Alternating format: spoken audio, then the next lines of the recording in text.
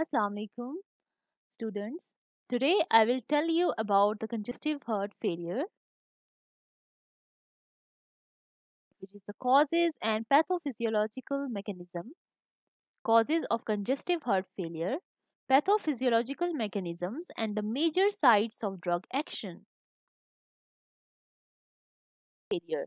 The causes of the heart failure are high blood pressure, heart problems, which is included valve defects, rhythm disorders, heart muscle defects, other disorders of the heart, and the coronary heart diseases. Number third is lung problems, which includes the poor blood supply to the lungs, lung disease, asthma, bronchitis, obstructive airways, and the high blood pressure in the lungs. Number fourth, lifestyle. Failure to take preventive medications, which includes the diet, includes the excessive salt or fluid intake, and the alcohol or drug misuse. And the fourth is the other medical conditions, which includes the anemia, low HB level, hemoglobin level, the kidney diseases, diabetes, obesity, and the thyroid disorders. I will tell you about the mechanism of congestive heart failure, which includes the reduced ventricular contractility. And number second is ventricular outflow obstruction, means the pressure overload. In reduced ventricular contractility includes the MI, myocardial infarction, which is the segmental dysfunction. And number second is myocarditis. Myo means heart, and carditis means inflammation. Means the inflammation of the muscles of the heart is known as myocarditis. Cardiomyopathy, which is the global dysfunction. In the second point, which is the ventricular outflow obstruction, pressure overload includes the hypertension, which is the high normal then abnormal high level of blood pressure. The aortic stenosis, which is the left heart failure, pulmonary hypertension, pulmonary wall stenosis, which is the right heart. Now, in the mechanism of heart failure includes the ventricular inflow obstruction and the ventricular volume overload. In the ventricular inflow obstruction, it includes the mitral stenosis and the tricuspid stenosis, while in the ventricular volume overload includes the ventricular septal defect and the right ventricular volume overload, for example, atrial septal defect, and the increased metabolic demand, which means the high output. Mechanism of congestive heart failure includes the arrhythmia, diastolic dysfunction.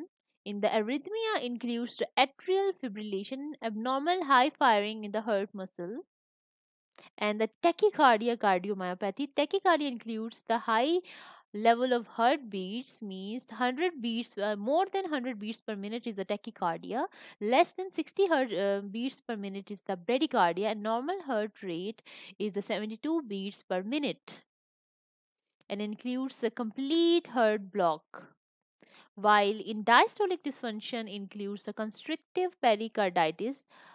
You can know that then ditis means the inflammation of the pericardium,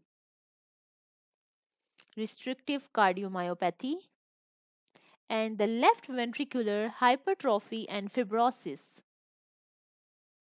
Reference is Davidson's Principles and Practice of Medicine, 21st edition. Comes towards the pathophysiological mechanism. Heart failure pathophysiology includes a variety of disorders can lead to low output or high output failure.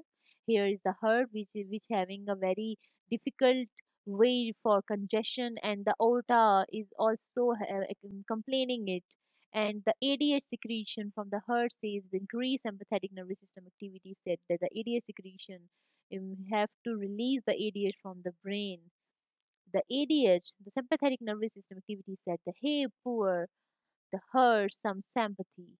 But the ROS, which is the increase sodium water retention, increase preload, and the increase afterload RAS said that the put a cock in it, we are releasing hormones. Okay, this is the pathophysiological mechanism of the heart failure, which results in the cardiac dilation and the hypertrophy. Physiological mechanisms includes the congestive heart failure is accompanied by compensatory neurohormonal responses, including the activation of the sympathetic nervous and the renin-angiotensin systems. Although these responses initially help to maintain the cardiovascular function by increasing the ventricular preload and the systemic vascular tone, with time they contribute to the progression of the myocardial failure. Physiological mechanisms and the major sites of drug action. Increased ventricular afterload due to systemic vasoconstriction and the chamber dilation causes a depression in systolic function. In addition, increased afterload and the direct effects of the angiotensin and the norepinephrine on the ventricular myocardium cause pathophysiological remodeling characterized by the progressive chamber dilation and the loss of contractile function. Now, the neurohumoral activation and the compensatory mechanisms includes heart failure. In heart failure, there is a reduced cardiac output, which leads to the neurohumoral activation, includes the sympathetic nervous system, renin-angiotensin system, vasopressin system, and the endothelial system, which leads to sodium and water retention, which increase the intervascular volume and increase the blood pressure and cardiac output, which result in the myocyte loss and the myocardial fibrosis, which results in the heart failure.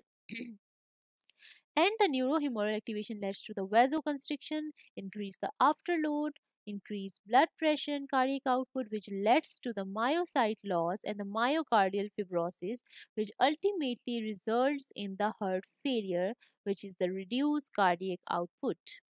This is taken from the Davidson Principles in the Practice of Medicine 21st edition.